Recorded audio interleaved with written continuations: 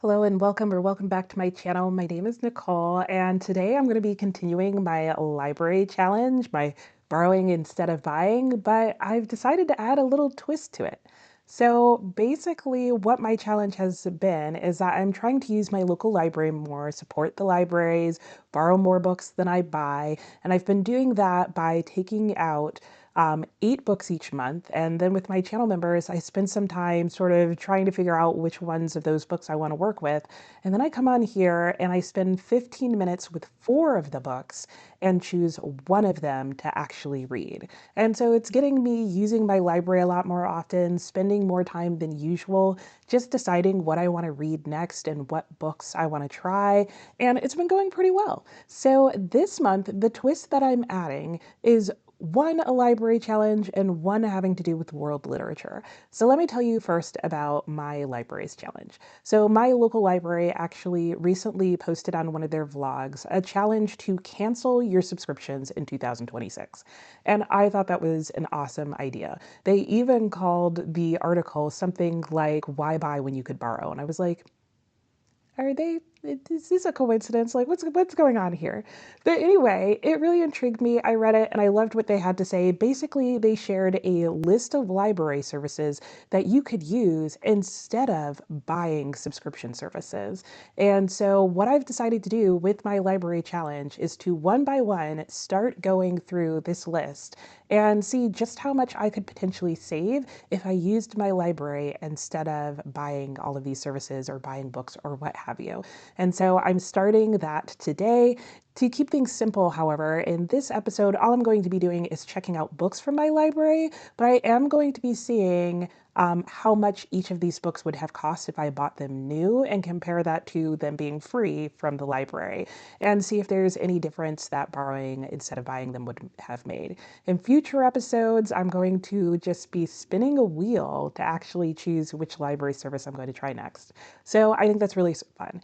However, I do still need a way to sort of narrow down which books I decide to get out of the library. I've kind of been going willy-nilly with this in the last few episodes, but this time I've decided to incorporate it with a TBR game that I've already been playing with my channel members. And basically, it's a Monopoly style game, which again I thought worked well with the theme that my library had.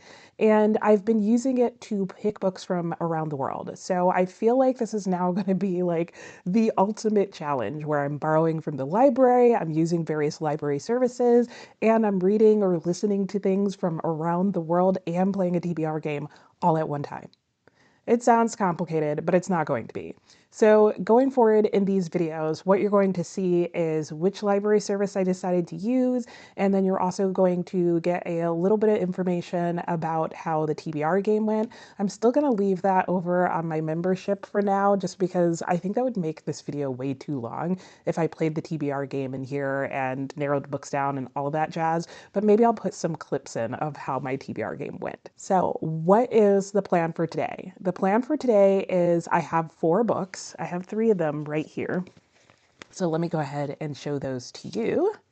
The 3 books that I have are right here, and the 4th one is actually going to be on my phone because they didn't have physical copies of it. So I am going to be sharing with you my thoughts and first impressions and a quick synopsis of the following 4 books. Devil on the Cross, Tram 83, Frankenstein in Baghdad, and An Evening in Guanima. And when I go to talk about these, not only will I share with you probably some footage from the game that I played, but I'll also share what country they were from or what the prompt was that gave me this book. And I will be sharing a little synopsis of each book and what my first impressions were. I'll be spending 15 minutes reading each of these books. And then at the end, I'm going to choose one book to read, and then I will review that in full at the very end of this video. I will hopefully include timestamps in the description box below, so if there's a particular part of this that you want to skip around to, or you only want to hear my thoughts on one of the books, or whatever it is, you can do that. The other thing I should mention is that I'm in the middle of a crazy busy day. So it's probably going to take me all day just to get through 15 minutes of each of these books, which if you do the math is only an hour, but it's definitely going to take me all day to do that. In fact, my day is so crazy that I've already talked about book one early this morning. So let's go back in time and I'll share with you what book one is and my thoughts on that and where I think it's going to possibly end up. It is 10:15 a.m. and I've got to get this day going. And I'm pretty sure I'm even going to be doing the intro and everything separately. So you've probably already seen that. And I'm just going to go ahead and get reading and try the first book for 15 minutes. And the first book is going to be Devil on the Cross. And this is a classic work. I will put up on the screen what this ended up getting picked for. And I'm just going to go ahead and read. Then I'm going to come back. I'm going to tell you what the book is about, my first sort of impressions. And I mean, it's the first book, so I'll at least be able to let you know if I think it's a yes or a no. And then we'll see how it stacks up against the other books on the list. But let me go ahead and get reading this, get my first 15 minutes in, and then check back in with you. And then I've got to go and do some other stuff. And I'll have to come back for book two later today. So I'm pretty sure this whole video is probably going to be out of order. I don't even have my phone over here to keep my time. I guess I can keep the time on my computer. It's going to be a hot mess, but you got to do what you got to do. All right, let me find chapter one. Let me get my phone. Okay, 15 minutes on the timer.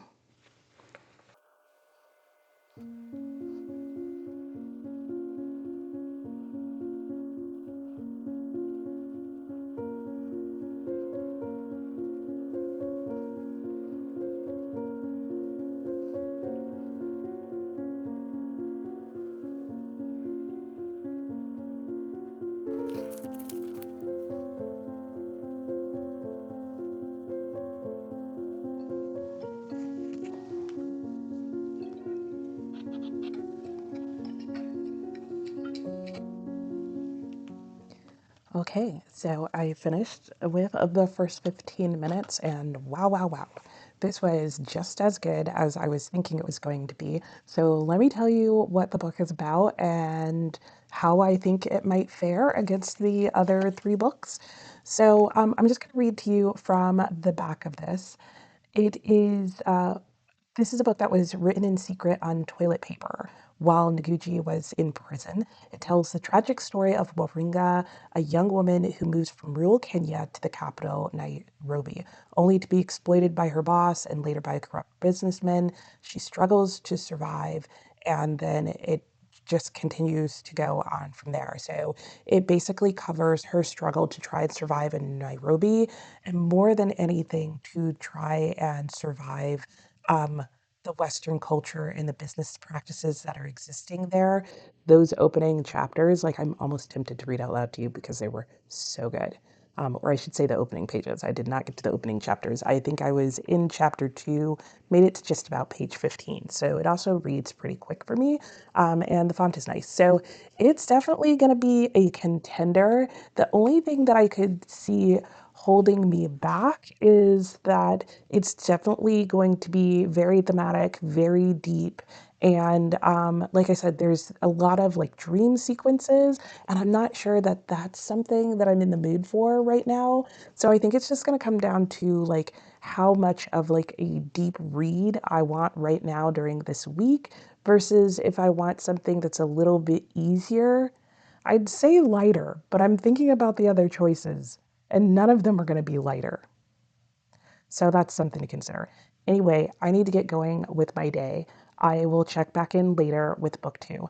Book two is probably going to be an evening in Guanima because that is one that I'm going to either get on my Kindle or have to read on my phone. And if I have to read that on my phone, that is going to be a huge part of making a decision. But the nice thing is right now I can take it with me while I go and do my errands. And so I'm probably going to do my 15 minutes while I'm running errands and read it on my phone. And I'll come back and check in with you, let you know what that book is about, and let you know my thoughts on it. So I will see you shortly. Okay. I'm back from my errands that I needed to run. It is now about 2:20, so it's quite a bit later in the day, and I have looked at an evening in Guanima on my phone. And what are my thoughts so far? I don't know. My thoughts are this is going to be really tricky. It's a short story collection. I'm already reading another short story collection. Short story collections aren't always my favorite thing. But I did like the opening of the first short story. I thought the writing was really good. I'm pulling it up on my phone because there's something else I'm realizing I want to check. But I guess I should tell you what this short story collection is about. First and foremost, this short story collection is a collection of Bahamian folk tales that are told. And I really like the idea of reading not just short stories, but folk tales from other countries because I think it tells you a lot about like just culturally what was important and at the roots of that society. And I find that there tends to still be a lot of carryover into modern times. And yeah, this is a more modern collection of them. What did I just do with the book? Okay, and then on the little library app, I have it on Libby. It says a collection of Bahamian folk tales that will fascinate children with characters such as Boki and Rabbit, Jack and Brer, and DeBill, and other characters. These tales are loaded, wry metaphors and hilarious dialogue to keep readers entertained and immersed in island culture. And I love that. And I really like the idea of this story. I think my hesitation, like I said, is that I just like I don't always like short story collections. And how many are there in here? There's 14. So if I read one a day, it'll take me 2 weeks. If I read two a day, it'll take me a week. I mean, we all know how to do math. I just don't know that I want to dedicate that much time because I know I'm not going to want to read like one after the next, after the next, after the next. I mean, I don't know how long they are because I was just looking at the sample because I don't want to take the book out on Libby if I'm not going to actually read it because then I might run out of library credits.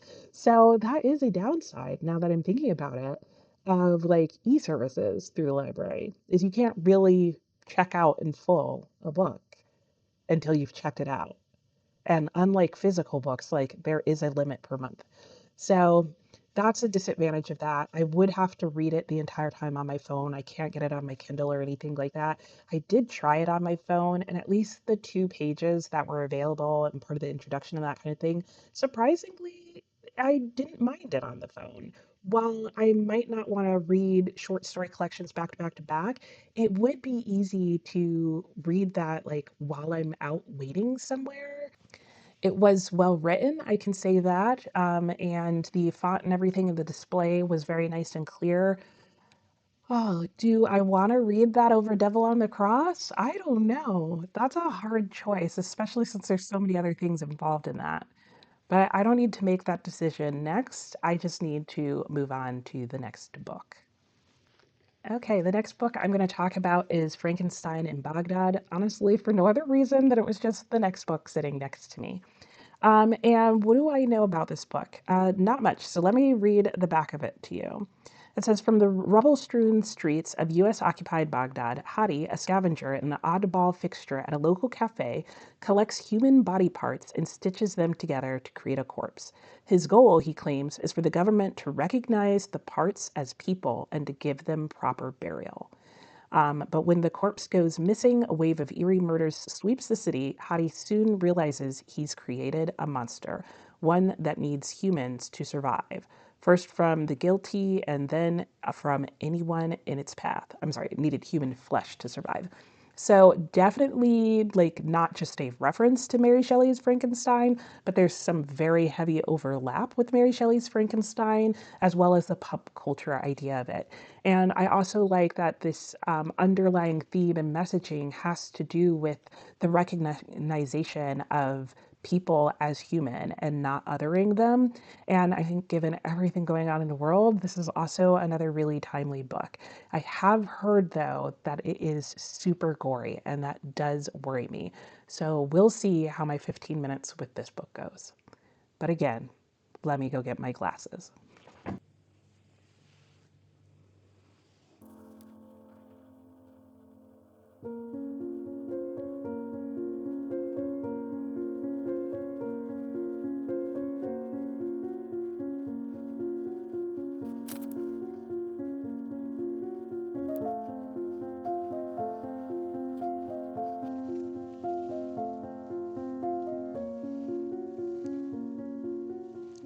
So clearly, I haven't read for 15 minutes, but I can already say I know this isn't going to be the book that I pick to read in its entirety.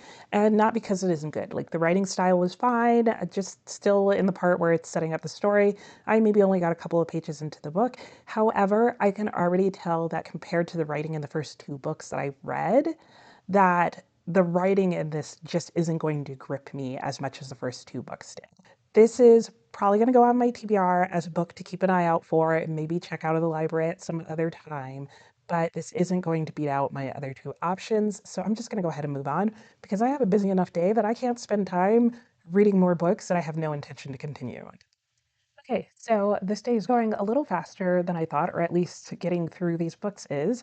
And the next one that I have is going to be Tram 83. So this fit the prompt that I got. And let me go ahead and tell you a little bit about this book. So Tram 83, from what I can find, and I'm just going to read you what it says off of my little phone here.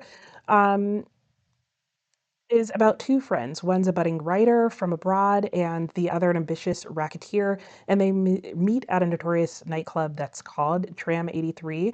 And they are in the city, and you're basically sort of uncovering the modern day African gold rush, if you will. It's supposed to be cynical, comical, colorful, has jazz rhythms through it, whatever that means. And it is a tale of human relationships in a world that has become a global village. So it definitely seems like a work of literary fiction to me. And sometimes literary fiction for me can get like just too experimental with the writing style. I'm definitely expecting this to have the most experimental writing style of all the books that I've tried. Whether or not I'm going to like it better than the first ones, I don't know. I have the feeling that I already know what my two picks are. We'll see if this can do something to sort of overwhelm those two. Am I doubtful? A little bit, just a little bit. But I'll give it a couple of minutes and 15 minutes at most, and we'll see how things go from there. I would say that I feel like it's cheating to not give books a full 15 minutes, but sometimes you can tell when you're looking between one book and another that something really is just automatically either better or just something that you're much more in the mood for. Anyway, let me stop talking. Let me read this book.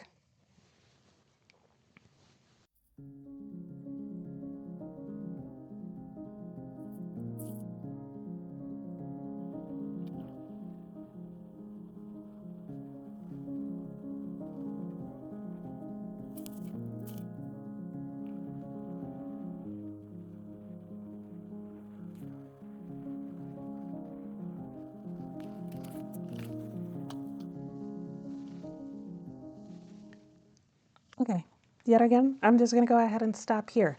And again, not a bad book, nothing wrong, though I will say I'm a little more confused about what is happening at the beginning of this book than I have been for any of the other choices. And I do also want to mention that for both this book and Frankenstein in Baghdad, I did read enough to at least read the first chapter, which is way more than I would normally read in a store before buying a book.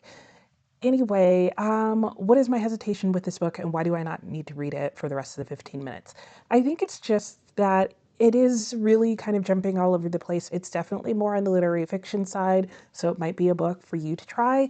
But I can just tell that the writing style is going to be one where I'm paying a lot more attention to the writing and just trying to follow that along to maybe piece together the plot, or it might just not be working with my brain in this moment, but it's definitely not grabbing my attention. And I have two books that definitely grabbed my attention, and I'm thinking about even as I'm trying to read this. So this is a no. So what am I down to? I am down to potentially reading An Evening in Guanima or Devil on the Cross. And I feel like these are two books that it's really hard to be torn between because this one is such a well-known classic. I've had it on my TBR for a very long time. An Evening in Guanima really only came up because I was playing this Reading Around the World game. So what does that make me think? It kind of makes me think I should go with An Evening with Guanima because that's a book that I don't know that I would come up or come across in any other context if it hadn't have been my specifically looking for a book set in the Bahamas, which I should mention that you probably didn't see any B-roll for that book because it was like a game that I played with them quite a while ago. I don't know if I'll have B-roll for that or not. Anyway, I think I'm going to go with An Evening in Guanima. Like, I definitely am not going to forget about this book. It's been on my TBR for a long time. I see it whenever I come across uh, Thiong'o's books in the bookstore. I have another work by him. I have The Perfect Nine on my bookshelves that I own. So if nothing else, after reading that, if I really enjoy that book, I know I'm going to want to read more of his works and I'll come back to this. If I don't read An Evening in Guaynima now, even if I leave it on my TBR, I think it's just going to get buried and forgotten. And I did like it enough. I do like the fact that it's on my phone, even though I didn't think I was going to. I think that's actually going to be a really interesting experience for me to use. And yeah, so I'm going to go with it. So I'm going to start working through those short stories. And in the next clip, when I come back, I'm going to tell you about this collection of folk tales that I just read from the Bahamas. And I'm looking forward to it, I guess. Because I'm also thinking that one of the side challenges that I had to do as a result of my game is whichever book ended up winning, I need to cook something from that country. So we'll see what that's going to be. All right, anyway, let me get to reading. Let me start looking up some recipes, and I'll come back to you and I'll talk to you about this collection of folktales. Okay, hello. We are sitting here over at my desk, and I am going to start reading from An Evening in Guanima. And it's been a couple of days since that last clip. Sorry, I'm realizing my phone is on. Whether or not you see this clip is just going to depend on how this whole vlog thingy works out. So I got a new camera for Christmas, and I'm excited to use it, but I haven't yet because I've been very intimidated by it.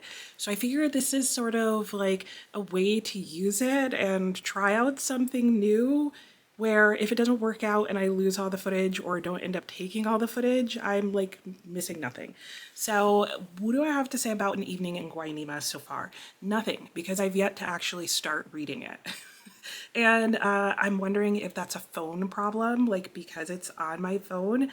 So I'm gonna make an effort today. I'm about to sit down and eat lunch, and I figure this is the perfect thing. I've got a pretty simple lunch, and I can sit. I'm just realizing it's going so nowhere with this book. I haven't even actually checked it out yet. Let me do that right now. Hang on. Now that I have officially borrowed the book, my plan is to read from it while I'm eating my lunch. I don't know if you do that. I don't mind eating and reading at the same time, especially on my phone. I feel like it's less messy. I'm having some rice and beans and chicken, so just fork food should be easy. I'm looking forward to starting these stories. I'm just finding that I don't have as much free time where I'm just sitting with my phone and nothing else to do as I thought. So I'm gonna give this a couple of goes, see if I can actually get this to start working for me and start reading this book. Otherwise, I think I'm gonna have to switch books, and I have to figure this out soon because I have to return the other books to the library. So that's it for now. Let's go eat lunch.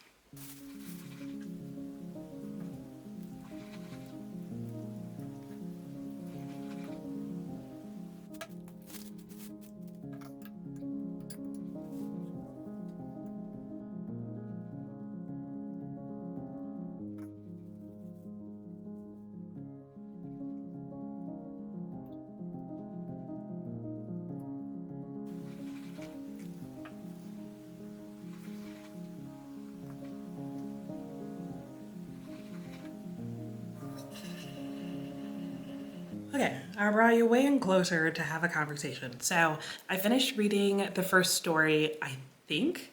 I'm a little confused because basically what happened is the story came to a clear end, and then the next paragraph was like a sentence that read like a title, and then it seemed like another story started. So I kind of looked ahead a few pages and it was another story. I'm not sure if I'm also supposed to read that story, which definitely seems more like a folk tale, whereas the first story I read felt more like a short story. So I don't know if each of the short stories is going to be paired with a folk tale. I tried to sort of skim through some of the introduction to see if I could find anything clarifying that, and I didn't. So I just stopped at the end of the first story. And what do I have to say so far? I liked the first story. I felt like it kind of ended suddenly, and again, because I don't know, maybe that other story was paired with it. I will read that later and I'll come back and let you know, I guess. But I did like the first story. I thought it was an interesting story. I could definitely see how there was like a lesson to learn and that kind of thing. So I think I'm gonna like the stories in here. And sorry if you can hear my washer in the background. But the other thought that I had was more about my experience reading on my phone. It was fine. It worked really well, especially while I was eating my lunch. So maybe I'll try and do it with meals. However, one of the things that I experienced that I absolutely hated was the second I started reading, of course, everybody and their mother started texting me. And so in the background, even though I have the text on silent, on my screen with the story kept popping up like that there were different text messages coming in from people. And I don't want to have to turn off all my notifications every time I just read a few pages. So I'm gonna have to figure that out, but it was definitely distracting. And I feel like in a world full of distractions, when I sit down to read, I don't want to go to the most obvious distraction, which is to check my text. Now, I did resist the urge, so I'm happy about that. But again, it's making me kind of frustrated with how this reading experience is going to go, and is really going to make me wish that I had another way to read this ebook. Like, I wish I could get it onto my Kindle. And I may go back and triple check and make sure that that's not actually possible. But anyway, I did like the first story. It was called Miss Annie. I will continue to read. I'm going to continue and see if I can figure out if that second story actually fits in with this, but for now I'm not going to worry about that right now. Right now what I need to do is go on with my day, so I won't be coming back to this later. To finish it in the time period I wanted to, I kind of need to be working my way through 3 stories a day at this point. I don't know if that's going to happen, and I'm not going to worry about it, but I'll check back in with you after a while. I'm not going to check in after every story. I'll probably check in after I've gotten much further in the book, or I'll come back and let you know that I'm switching books. But I don't think that's going to happen. I'm just going to have to struggle bus it through this phone experience. Okay, hello. We're back and I have finished the book. And I'm realizing it's super echoey in here, but we're just gonna work with it. And in a rare Nicole in the kitchen moment, I am going to make myself a snack while I tell you about this book. But let me start with the basics. I have my little notebook here that I'm going to use to help me walk us through my thoughts on an evening in Guanima. And I realized I meant to look up how that's pronounced. I will let you know before this video is done. Okay, so Bahamian folk tales, short stories. Guys, I'm just gonna tell you right off the bat, I loved this book. Like, pretty much every single story in it was 5 stars for me. I started out and I was like, oh, let me keep track of which of the stories that I like. And then I was like, let me just start bookmarking them on my phone. And then I was eventually like, stop, maybe I should just count the ones that I don't like. There was only one that I skipped because for whatever reason, when I went to read it, it just wasn't drawing me in. I'll probably go back to it at some point, but I read every single other story and either really liked it or loved the whole thing. And yeah, that's all I can think right off the bat. I think I mentioned how I felt about it when I first started reading it. I thought the stories were really concise and engaging, and I really liked the structure of the story. And the structure of the story ended up being one of the things that I liked the whole time. So let me tell you about how each of the stories is kind of laid out. But first, let me get my snack stuff. All of this is non-sponsored, but I'm going to show you what I'm having anyway. Crackers. These almond crackers are kind of thick, but they're nice and crunchy, and they're really filling, which is why I like them as part of a snack. I also have a pink lady apple, which are nice and crisp and sweet, and some Dubliner cheese, which if you have not had Kerrygold's Dubliner cheese, like, you're missing out on a part of cheesy life, assuming that you eat cheese. So the structure of the stories is pretty much the same across all of them. In fact, the introduction to the book goes into even more detail about how each of the stories is structured. Basically, they each have like sort of a familiar fairy tale type vibe or opening to them, where a lot of them open with a very similar line. It's not once upon a time, but it has that kind of feel after a while. And then you get into the main main part of the story where you're presented with, you know, some sort of family situation that usually has pros and cons involved in it. There's some sort of conflict, and it's obvious what the resolution or the good thing is that needs to happen to resolve the conflict, but you kind of go on a little adventure to get there. Along the way, there's usually some sort of song that is incorporated, which is really fun and almost makes me wish that there was an audiobook for this so that I could hear the singing. And then the story concludes with, you know, good triumphing over evil, and you end up with a little catchy and rhyming couplet to sort of conclude the whole tale and, you know, sort of encourage you to listen to more stories like this. Or there might be some messaging of, you know, and the bad guy got what he deserved, that kind of thing.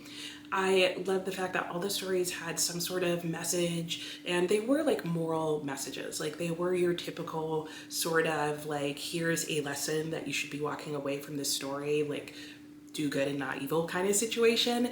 But it was always done in sort of like a playful way. You were always happy that the person and the things with them ended up well. Each story kind of gave you someone that you felt like cheering for, and that always kept it exciting. I thought the writing throughout all of the stories was pretty consistent and really well done. They were very clear, very straightforward, and it felt like a cohesive collection without necessarily feeling repetitive. And that's despite there being similar structural elements in all of them. That just helped you get into each story, but it didn't make them boring. I never felt like, oh, I know exactly what's going to happen. And I think that was also one of the strengths in these stories. They weren't familiar fairy tales. They weren't familiar like folk tales or anything like that. They brought in characters and people and events that like just kept me guessing throughout. They also mentioned food, which was helpful because one of the things that I got on my world game is that I'm going to have to cook a meal from, or at least something, from the book that I ended up picking. So I'm looking forward to maybe cooking some rice and beans, Bahamian style. So we'll see. The topics and themes that were explored in this book included, just in general, a sharing of cultural values and their importance, including things like manners, how to treat others, and the importance of family. Those were definitely cultural values that came up over and over again. There were tricksters in each story and the disadvantages or bad things that would happen to people with trickster natures. There was a lot on life lessons, and like I mentioned, there was song and poetry in each of the stories. If there was any con in this reading experience, it was definitely the reading on my phone. Though there were times where I kind of liked it. I would say I didn't mind it when I went to the park because my phone was super easy to bring and I didn't have to worry about wind blowing the pages around or that kind of thing. And in the evenings sometimes when I was just sitting on my couch and I had my phone on me, I'd go, oh, let me read a story real quickly. So it was helpful then, but by and large, I found it rather irritating. I found that I really didn't want to pick up my phone and read it, even though the ebook on my phone had really nice big font and was a really nice clear page to read from. I can say it's a really well done ebook. I still just didn't enjoy the phone experience, and I can say that if the book had been any longer or the font smaller and made it longer page count, I would have hated it. I think this only worked because they were very short stories, as in they were maybe 14 pages on my phone screen. If it had have been longer than that, I would have been miserable and it would have taken me forever to finish this book. To be honest, 14 pages was like the longest of the stories, and even that was like testing my limits of what I wanted to read on my phone. But if you don't mind reading on your phone, it might be something worth trying, especially this collection. I would recommend this to all ages, to be honest. I think it's something that everyone could learn from and that anyone would enjoy. I think if you like fairy tales or folk tales, you would also really like this, especially if you like the ones that have tricksters or that maybe have a little dark something going on in them. They're not going to feel like a Disney story, but they're also not going to feel as dark as the Grimm brothers, like the original Grimm brothers stories. There's going to be somewhere in between that you'll probably find they fall. If you like stories that definitely have some sort of message, but it's not beating you over the head with it, I think you'll enjoy these stories as well, because the lesson is in there, but it's not always stated. It's just kind of like, and here's how things worked out. You know, more or less so draw the conclusions yourself. And the very last story in this book, chef's kiss. It was So beautiful and heartwarming. I absolutely loved it. Even though I felt like I knew what the conclusion of that last story was going to be, the way it was written was still perfect. I mean, perfect is saying a lot, but you get what I mean.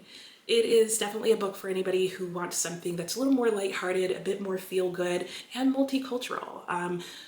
The Bahamas themselves have had people who have moved there for one reason or another from all different parts of the world, and I think that is very apparent in their folk tales and who the main characters and villains and that kind of thing are in their stories. I think you will, if you know a lot about world culture, find that there's villains in there from all over the world.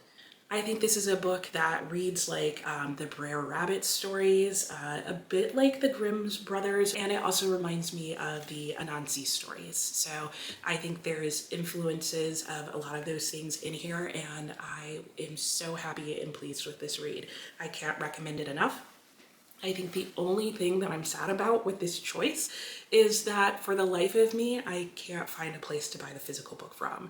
But this is one that as soon as I find the book in physical format online somewhere, I am going to purchase it because the cover is beautiful and I can just tell this would be a beautifully printed book if I can find it. It came out quite a few years ago at this point, so I think that's why the physical edition of it is no longer available. It also was independently published, so that may also have something to do with it. I'm hoping at some point they'll go with print on demand. I don't know.